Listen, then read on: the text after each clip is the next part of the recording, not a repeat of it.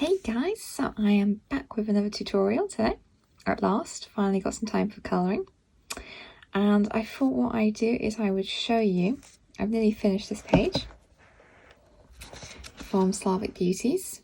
This is Delicatność, or Gentleness in English. And I thought I would show you how I do this red hair. This is in Polychromos Pencils entirely. And it's quite a flaming red hair, quite realistic in tone. And I thought I would show you the combo. So let's get started. Okay, first up will be green gold. I'm going to put a light base of this all over this strand of hair.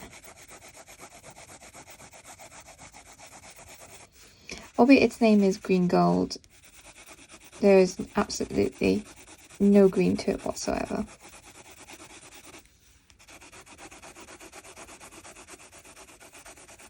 It's just almost like a bronze colour. And it's great. So as you can see, I've got the pencil on its side, holding it well back, so it's just a light layer, just to get some initial colour in. Okay, next up,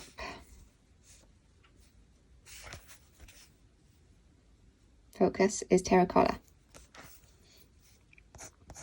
So I'm going to plan now where the darker,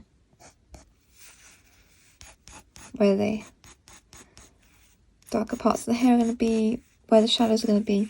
It's more or less going to be highlighted here where it rests on her forehead, and then where it curves here and here, that's where it's going to have more tones.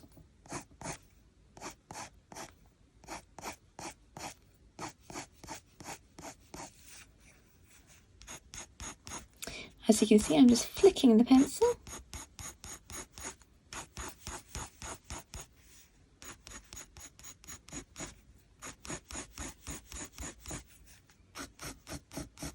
Don't have to use hard pressure to begin with. This is just, I mean, it's going to take quite a few layers. So this is just going to base where I want these shadows. And it's going to start to add in the warm orange tones to get this kind of depth here. Fair warning, to do red hair, there are quite a few pencils. They're all Polychromos though, so as long as you've got the full set, it's fine. I found that you can do red hair in almost any pencil sets, but I have found that the Polychromos gives quite a realistic effect, as does the Don't Light Fast. They have beautiful range of oranges. I do it sometimes in Prismacolor, but that's a really sort of bright orange hair. It's not quite as realistic. Indian red. So albeit it's called Indian red, it's somewhere in between. It's an orange and a red.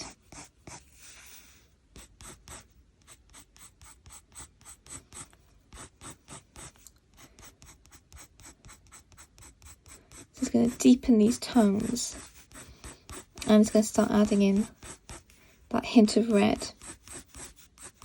Real red hair has a lot of tones. All hair has a lot of tones, but red hair in particular has a lot of different kinds. You have the oranges, you have the yellows, you have the reds, deep browns.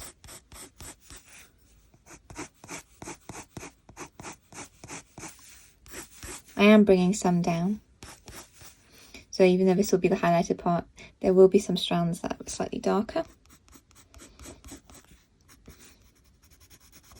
And where you're going around things like the little plants up here, you don't actually have to do the flicking motions.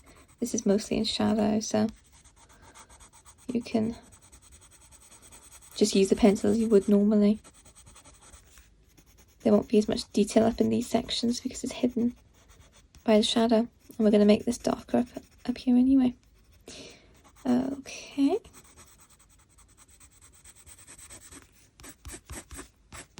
That looks good. Right. Caput Mortum. So this is a red and it's got a slight purple almost undertone as well. Not as deep as Caput Mortum Violet, but it's a lovely colour. That's why I love doing red hair in the Polychromos, is they have all these pencils with these beautiful undertones. So good for making it realistic.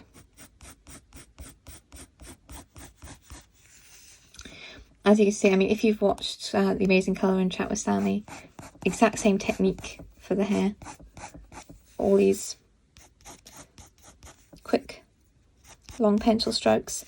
And if you want to keep the tip of the pencil sharp, every couple of flicks, just rotate your pencil.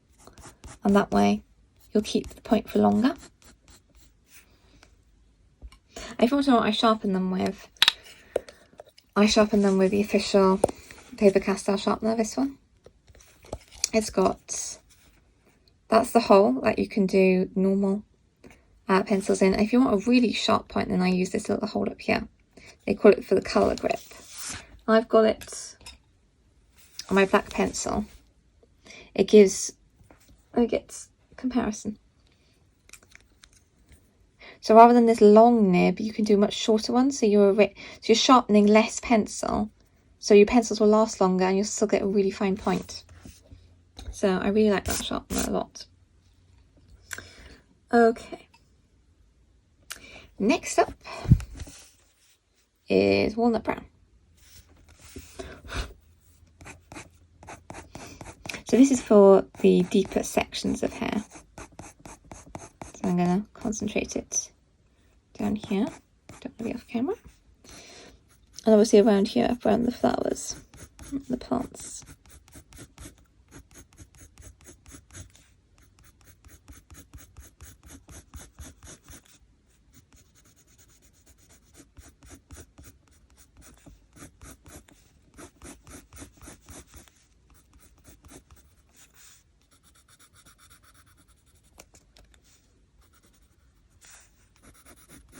As you can see, I'm sort of, you can see it quite well.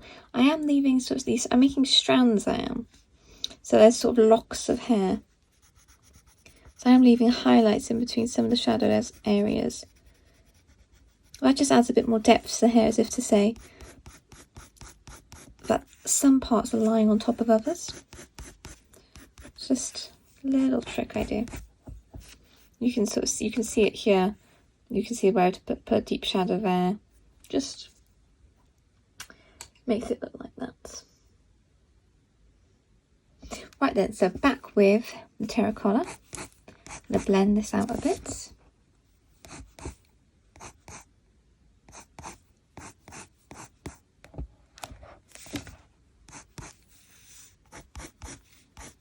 The first time I've coloured in this book, and I will admit, the paper is lovely. It's a bit thin. It's not the thickest paper I've ever seen, but it's taken layers fantastically. I mean, on her face, I have, I don't know, over 20 layers on some parts of this skin. And it really, I mean, it's taken so many brands. I've used practically everything on this. Prismacolor, Luminance, Lightfast, and now the Polychromos. It's taken everything really well. So, can't complain about the paper quality.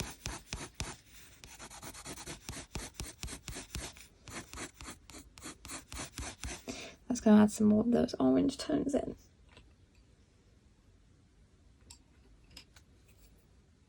Okay. Now this might sound a crazy colour. Burnt Carmine. This is obviously a pinkish red, but let me tell you, it works in these darker areas. Again, with red hair, it's all about creating those different tones, reds, pinkish.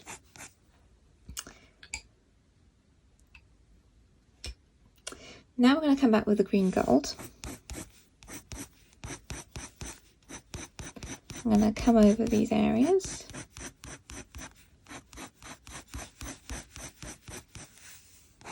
You can really start to see the depth of the colour now.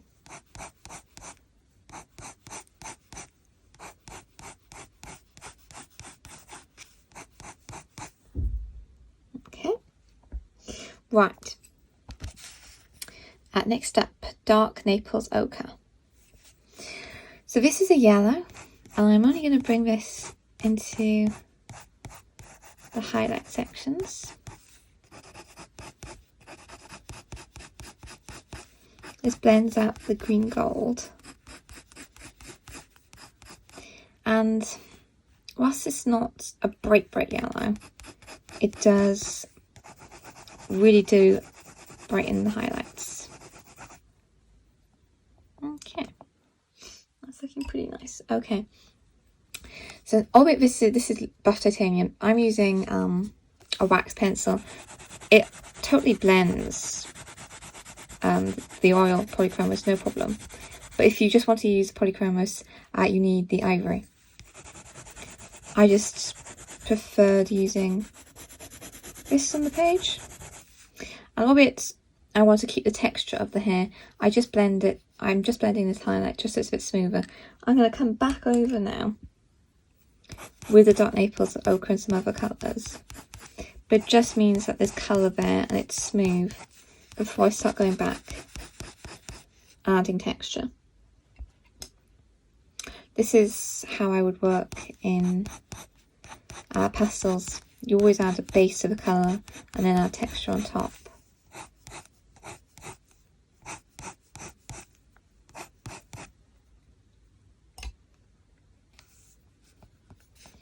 I'll try not to keep this too long because it's not much that interesting me watching, just continuously making the same lines over and over in different colours. But red hair is absolutely one of my favourites to colour. Along with black hair, I seem to do my portraits so much in those. Of course, you can't have red hair without a bit of actual red. Dark red. So the trick with the reds is you're not going to add many of them. Dark red I'm just going to save for the darker areas. And then I've got Focus Deep Red. Again, not too many. I am using a bit more of a medium pressure when I'm doing those colours, so they stand out a bit more. Okay, back with a bit of Walnut Brown.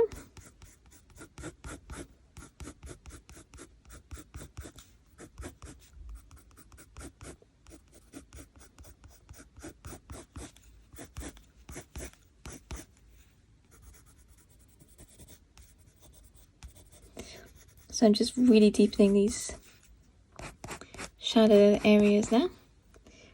And finally, black. I've got this sharpened to a super point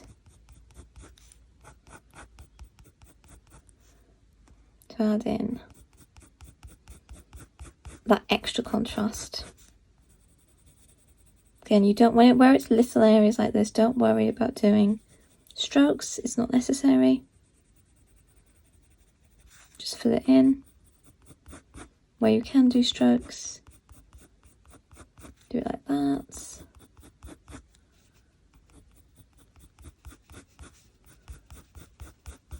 Don't overdo it with the black though. The black should only be for these really deep shadows.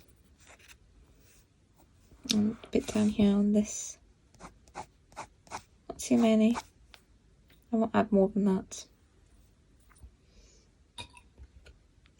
And then you can go back in really with however many layers you want of other colours that we've used. to get it to where you want it to look. You see, when I want to just flatten out the colour, you're not going to lose the texture when you're using Polychromos. If you just want to add extra colour, you can just go in the side like that. So that is how I do red hair in Polychromos pencils. It is quite a few colours, but I think, as you can see, the effect is this gorgeous fiery red head, and I think it's a beautiful colour to use on so many different portraits, and I hope it proves useful. If you enjoyed the video, remember to give it a fat thumbs up, that's really helpful, and I will see you in the next one.